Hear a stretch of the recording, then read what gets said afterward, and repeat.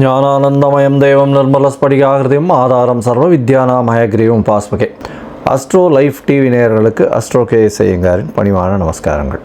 வார பலன் 3/6/2024 9/6/2024 வரை உண்டான வாரத்திற்கு என்னென்ன பலன்கள் மேஷம் முதல் மீனம் வரை அப்படின்றத பார்க்கலாம். அதற்கு முன்னாடி இந்த வாரத்தினுடைய கோல்சாரம் என்ன, இந்த வாரத்தில் வரக்கூடிய விசேஷ நாட்கள் என்ன, இந்த வாரத்தில் வரக்கூடிய எந்தெந்த ராசிக்காரர்களுக்கு சந்திராஷ்டமம், இதை 3 வகையாக பார்க்கலாம். முதல்ல இந்த வாரத்தினுடைய கோல்சாரம் காலபுருஷ தத்துவத்தின் முதல் ராசியான மேஷ ராசியில் ஆட்சி பெற்ற செவ்வாய், ஆண் கிரகமான ஆட்சி பெற்ற செவ்வாயாக இருக்கிறது விசேஷம். ரிஷபத்தில் 4 கிரகங்கள், சூரியன், குரு, புதன், சுக்கிரன். கேது பகவான் கன்னியிலையும், கும்பத்தில் சனி பகவான், ராகு பகவான் மீனத்திலையும் இருக்கா. இந்த வாரத்தில் சந்திர பகவான் அஸ்வினி நட்சத்திரம் மேஷ ராசியிலிருந்து பூச நட்சத்திரம் கடக ராசி வரலும் போகிறார். இந்த 4 ராசிகள் மேஷம், ரிஷபம், மிதுனம், கடகம் 4 ராசிகள் பிரயாணிக்கிறார். இந்த வாரத்தில் பார்த்தாலேனால் கிரகச்சாரங்கள் வேறு எதுவும் இல்லை, மாற்றங்கள் எதுவும் இல்லை. இதுதான் அதிவேகமாக செல்லக்கூடிய கோள்கள் தான் இருக்குது. அதாவது சந்திர பகவானுடைய மாற்றம் தான் இருக்குது. இந்த வாரத்தினுடைய கடைசியில், அதாவது 9ஆம் தேதி அன்னைக்கு ஞாயிற்றுக்கிழமை சாயந்தரம் புத பகவான் தன்னுடைய வீட்டுக்கு ஆட்சி பெற போகிறார். அதாவது ரிஷபத்திலிருந்து மிதுனத்துக்கு போகிறார். இந்த வாரத்தில் வரக்கூடிய விசேஷ நாட்கள் அப்படின்னு பார்த்தோமேனால் 3ஆம் தேதி திங்கட்கிழமை 3/6/2024 வாஸ்து புருஷன் கண் விழிக்கும் நாள் அப்படின்னு போட்டிருக்கும். வாஸ்து புருஷன் கண் விழிக்கிறது அப்படின்னா அந்த காலகட்டத்தில் கிரகப்பிரவேசம் பண்ணுறது, மனை கோல் ஊன்றது, அதை தவிர அஸ்திவாரம் தோன்றது, இதெல்லாம் அந்த காலகட்டத்தில் பண்ணும் பொழுது அந்த ப்ராஜெக்டு எல்லாமே சக்ஸஸ்ஃபுல்லாக முடியும் அப்படின்றது ஜோதிட சாஸ்திரத்தில் சொல்லியிருக்கு. வாஸ்து பகவான் அப்படின்றவர் ஒரு வருஷத்தில் ஒரு 8 தடவை தான் கண் விழிப்பார். அந்த காலகட்டத்தில் எந்த வித தோஷமும் கிடையாது. அதாவது தோஷம் அப்படின்னு பார்த்தாலேனால் ராகு காலம், யமகண்டம், குளிகை, இல்லை அந்த திதி தோஷம் அப்படின்னு சொல்லக்கூடியது, வார தோஷம் அப்படின்னு சொல்லக்கூடிய வாரங்களுடைய தோஷம், சனிக்கிழமை, செவ்வாய்க்கிழமை, இந்த மாதிரியான விஷயங்கள்லாம் பார்க்கவே வேண்டாம். அது தவிர அஷ்டமி, நவமி திதிகள் அதனுடைய தோஷங்கள் இருந்தாலும் பார்க்க தேவையில்லை. இந்த 3ஆம் தேதி அன்னைக்கு வாஸ்து புருஷன் கண் விழிக்கும் நாள் அப்படின்னு பார்க்கும்பொழுது 9:05 காலையில், அதாவது 6 மணிக்கு சூரிய உதயம் அப்படின்றத வச்சுட்டு இந்த டைம் போட்டிருக்கோம். 9:05 காலையில் இருந்து 1.5 மணி நேரம், அதாவது 10:35 வரலும் வாஸ்து புருஷன் கண் விழிச்சிருக்கார். இந்த 1.5 மணி நேரம், அதாவது 90 நிமிஷங்களை 5ஆக பிரிக்கிறார். வாஸ்து புருஷன் கண் விழித்து அவருடைய காலை கடன்களை முழிக்கிறது, அதற்கு பிறகு அடுத்த 18வது நிமிஷம் குளிக்கிறது, அதற்கு பிறகு பூஜை அறையில் பூஜை செய்வது அடுத்த 3வது 18வது நிமிஷம், 4வது 18வது நிமிஷம் அப்படின்னு பார்த்தாலேயானால் போஜனம் செய்வது, 5வது 18வது நிமிஷம் தாம்பூலம் தரித்தல். இந்த போஜனம் செய்யும் பொழுதும் தாம்பூலம் தரிக்கும் பொழுதும் உண்டான காலகட்டங்களில், அதாவது கடைசி 36 நிமிஷம் அப்படின்னு சொல்லக்கூடியது 9:05 ஆரம்பித்தாலும் 10:35 முடியும் பொழுது 9:59 10:35 வரலும் உண்டான நேரத்தில் செய்யக்கூடிய காரியங்கள் எல்லாமே வெற்றியில் போய் நிற்கும். அதாவது இந்த ப்ராஜெக்ட் ஆரம்பிக்கிறீங்கன்னா கண்டிப்பாக வெற்றியை கொடுக்கும் அப்படின்றத சொல்கிறோம். ஏன்னா வாஸ்து புருஷன் கண் விழிக்கும் பொழுது எந்த ஒரு மன பூஜையை போடும் பொழுதும் அது வெற்றியில் கொண்டு போய் விடும்.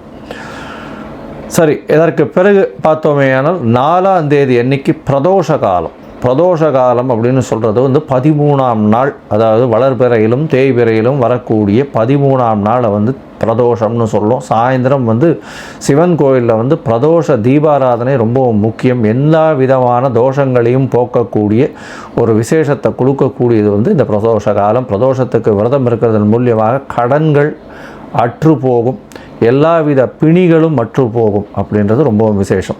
பிரதோஷ காலத்தில் அதுவும் சாயந்தரம் 5:45 6:15 வரலும் உண்டான காலகட்டத்தில் அந்த தீபாராதனை காட்டுறதை சேவிச்சுட்டு தான் பிரதோஷத்துக்கு விரதம் இருக்கிறவா தீபாராதனையை சேவிச்சுட்டு அதுக்கப்புறம் பிரசாதம் வாங்கி சாப்பிட்டதுக்கப்புறம் தான் வீட்டில் போய் சாப்பிடவே செய்வாங்க. அன்னைக்கு மொத்தம் பட்னியாக இருக்கிறது, அதாவது உபவாசம் இருக்கிறது பெரிய விசேஷம். பிரதோஷத்தின் மூலியமாக நினைத்த காரியங்கள் கண்டிப்பாக நிறைவேறும். இப்போ வர்றது அடுத்து அமாவாசை வர்றதுனால தேய்பிறை பிரதோஷமாக இருக்குது. அதனால் எந்த ஒரு விஷயத்தையும் தன்னை விட்டு அகல வேண்டும்ன்றதை வேண்டிக்கிறது ரொம்பவும் விசேஷம். அதாவது தன்கிட்ட இருக்கக்கூடிய கடன் அகல வேண்டும், பிணி அகல வேண்டும், தனக்கு பிரச்சனைகள் இல்லாமல் இருக்க வேண்டும், இந்த மாதிரி வேண்டிட்டு இருக்கிறது பெரிய விசேஷத்தை கொடுக்கும்.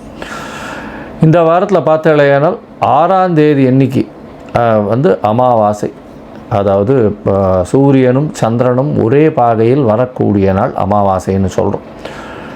இது ஒரு பெரிய விசேஷத்தை கொடுக்கக்கூடிய காலகட்டம். அதாவது மூதாதையர்களுக்கு செய்ய வேண்டிய கடமைகளை செய்யணும், தாய் தகப்பனார் பித்தர்களுக்கு செய்ய வேண்டிய கடமைகளை செய்யணும் அப்படின்றத நினைவுறுத்துறதும், சூன்ய திதின்றதுனால எல்லா விதமான விஷயங்களையும் விட்டுட்டு மூதாதையர்களுக்கு செய்ய வேண்டிய கடமைகளை மட்டும் செய்யணும் அப்படின்றது இந்த ஒரு நாளில் குறிக்கப்பட்டிருக்கு.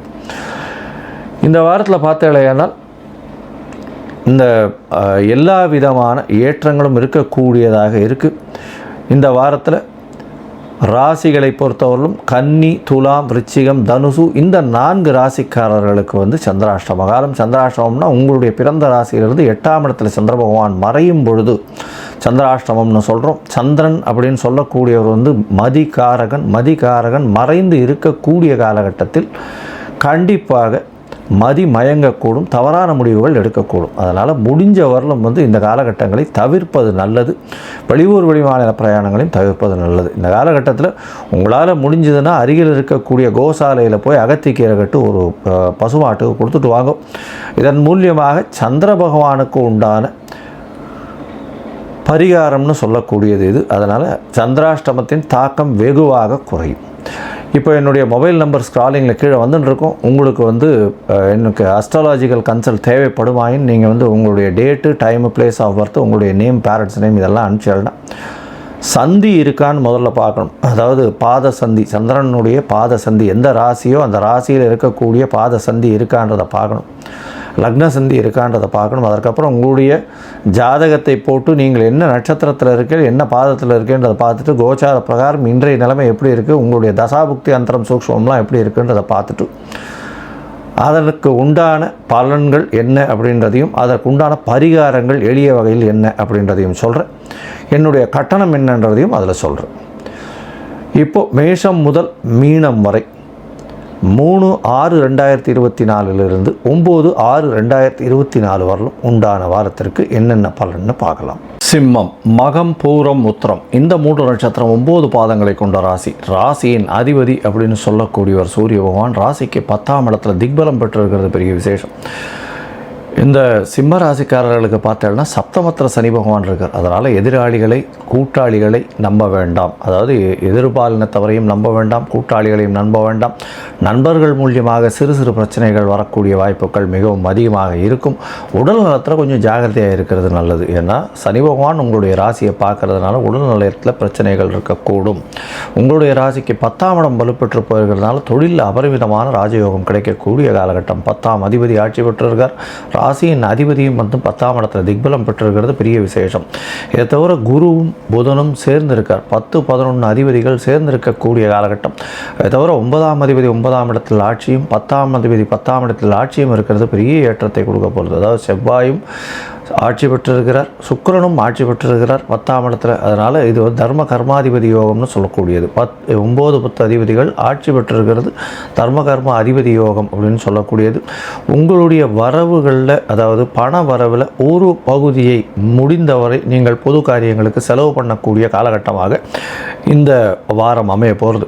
இந்த வாரத்தில் ஆனால் உங்களுடைய ராசிக்கு 8ஆம் இடத்துல இருக்கக்கூடிய ராகு பகவான் மூலியமாக திடீர் பண வரவு வரும். மறைந்த இடத்துலேருந்து செல்வங்கள் வரக்கூடிய வாய்ப்புகள் உண்டு. அதாவது ஷேரு, ரேஸு இந்த மாதிரியான விஷயங்களில் திடீர் பண வரவு, புதையல்கள் கிடைக்கக்கூடிய பாக்கியங்கள் நிச்சயமாக உண்டு. ஏன்னா 11ஆம் அதிபதியும் 10ஆம் இடத்துல இருக்கிறது பெரிய ஏற்றத்தை கொடுக்கக்கூடிய காலகட்டமாக அமையும். இந்த வாரம் உங்களுடைய ராசிக்கு 2ஆம் இடத்துல கேது பகவான் இருக்கிறது குரு பகவானால் பார்க்கப்படுறார். இருந்தாலும் கேது பகவானால் அதாவது பேச்சில் ரொம்ப ஜாகிரதையாக நிதானமாக இருக்கிறது நல்லது. ஏன்னா நீங்கள் பேசக்கூடியதே அடுத்தவர்கள் தவறாக புரிந்து கொள்ளக்கூடிய வாய்ப்புகள் மிகவும் அதிகமாக இருக்கும். இந்த வாரம் அதாவது 3/6/2024 9/6/2024 வரை உண்டான வாரத்தில் 5ஆம் தேதி கார்த்தால் ஒரு 4:15 மணி வரலும் உண்டான காலகட்டத்தில் உங்களுடைய ராசிக்கு 9ஆம் இடத்துல சந்திர பகவான் இருக்கார். இது ஒரு பெரிய ஏற்றத்தை கொடுக்கக்கூடிய காலகட்டம். ஏன்னா 9ஆம் அதிபதினு சொல்லக்கூடிய ஒரு செவ்வாய் மிகப்பெரிய யோகர். உங்களுடைய ராசிக்கு அவர் ஆட்சி பெற்று போயிருக்கிறது பெரிய ஏற்றம். தந்தையின் மூலியமாக திடீர் பண வரவு வரும். மூதாதையர்கள் சொத்து வரக்கூடிய வாய்ப்புகள் உண்டு. வெளிநாடு போகக்கூடிய பாக்கியம் நிச்சயமாக கிடைக்கும். உங்களுக்கு இந்த வாரம் ஒரு லக்கு ஃபேவர் பண்ணக்கூடிய காலகட்டமாக இந்த வாரம் அமையிறது. இந்த வாரத்தில் பார்த்தீங்களேனால் உங்களுடைய ராசிக்கு 10ஆம் இடத்துல சந்திர பகவான் போகிறார். 5 கிரகங்கள் சேர்ந்து இருக்கக்கூடிய காலகட்டமாக அமைய போகிறது. அதாவது 5 கிரகங்கள்னு சொன்னால் சூரியன், சந்திரன், செவ்வாய், புதன், சூரியன், சந்திரன், புதன் மற்றும் குரு, சுக்கிரன், இந்த 5 கிரகங்கள் 10ஆம் இடத்துல இருக்கக்கூடிய காலகட்டம் பெரிய ஏற்றத்தை கொடுக்கக்கூடிய காலகட்டம். தொழிலில் மிகப்பெரிய அபிவிருத்தி இருக்கும். அரசாங்க தொழிலில் இருக்கிறவர்களுக்கெல்லாம் நல்ல ஒரு ஏற்றம் கிடைக்கும். அரசியல் பிரமுகர்களுக்கு சிறு சிறு கஷ்டங்கள் வரும். ஏன்னா 7ஆம் இடத்துல சனி பகவான் இருக்கிறதுனால அதாவது இந்த உழைப்பாளர்கள் இவங்களுக்கு அகெயின்ஸ்டாக போகக்கூடிய வாய்ப்புகள் நிச்சயமாக உண்டு. இருந்தாலும் சூரிய பகவான் குருவோடு சேர்ந்திருக்கிறதும் சுக்கிரனோடு சேர்ந்திருக்கிறதுனால சுபத்துவம் அடைகிறார். அதன் மூலியமாக நல்ல ஒரு ஏற்றம் இருக்கும். எந்த ஒரு விஷயத்திலையும் பிரச்சனைகளிலிருந்து வெளியே வரக்கூடிய வாய்ப்புகள் உண்டு. வேலையாட்கள் மூலியமாக பிரச்சனைகள் இருக்கக்கூடும். இந்த சிம்மராசிக்காரர்கள் அரசியல், அரசாங்கம் இந்த மாதிரி தொழில்கள் இருக்கிறவங்க, அதை தவிர ஹெட் ஆஃப் த டிபார்ட்மெண்ட்டு, எந்த ஒரு விஷயத்திலையும் தலைமை ஏற்கக்கூடியவர்களுக்கு பெரிய பிரச்சனைகள் இருக்கும். இருந்தாலும் அதில் வெற்றி பெறக்கூடிய வாய்ப்புகள் உண்டு. உங்களுடைய ராசிக்கு 11ஆம் இடத்துல சந்திர பகவான் வரார். சந்திர பகவான் 11ஆம் இடத்துல வரக்கூடிய காலகட்டம் 7ஆம் தேதி கார்த்தால ஒரு 9:15 மணியிலிருந்து 9ஆம் தேதி மாலை ஒரு 4:45 மணி வரலும் இருக்கார். இந்த காலகட்டத்தில் 11ஆம் இடத்துல சந்திர பகவான் இருக்கார். 12ஆம் அதிபதி 12க்கு 12ன்னு சொல்லக்கூடிய இடம். அதனால் செலவுகள் அற்ற நிலை இருக்கக்கூடிய காலகட்டமாக அமைய போகிறது. வருமானம் அதிகமாக இருக்கக்கூடிய காலகட்டமாக இருக்கிறது. பணத்துக்கு பஞ்சம் இருக்காது. தொழிலில் பெரிய ஏற்றம் இருக்கும். உடல் நலத்தில் நல்ல ஏற்றம் இருக்கக்கூடும். அதை தவிர பேச்சில் நல்ல கவனம் தேவை. உங்கள் குழந்தை பிராப்திக்கு ஏற்படக்கூடிய வாய்ப்புகள் நிச்சயமாக இருக்கும். உங்களுடைய ராசிக்கு பார்த்தலையானால் 6ஆம் இடத்தை குரு பார்க்கறதுனால புதிய வேலை வாய்ப்பு கிடைக்கக்கூடிய பாக்கியம் நிச்சயமாக உண்டு. உங்களுடைய ராசிக்கு 12ஆம் இடத்துல சந்திர பகவான் ஆட்சி பெற்று போகிறார். 12ஆம் இடத்துக்கே வரார்.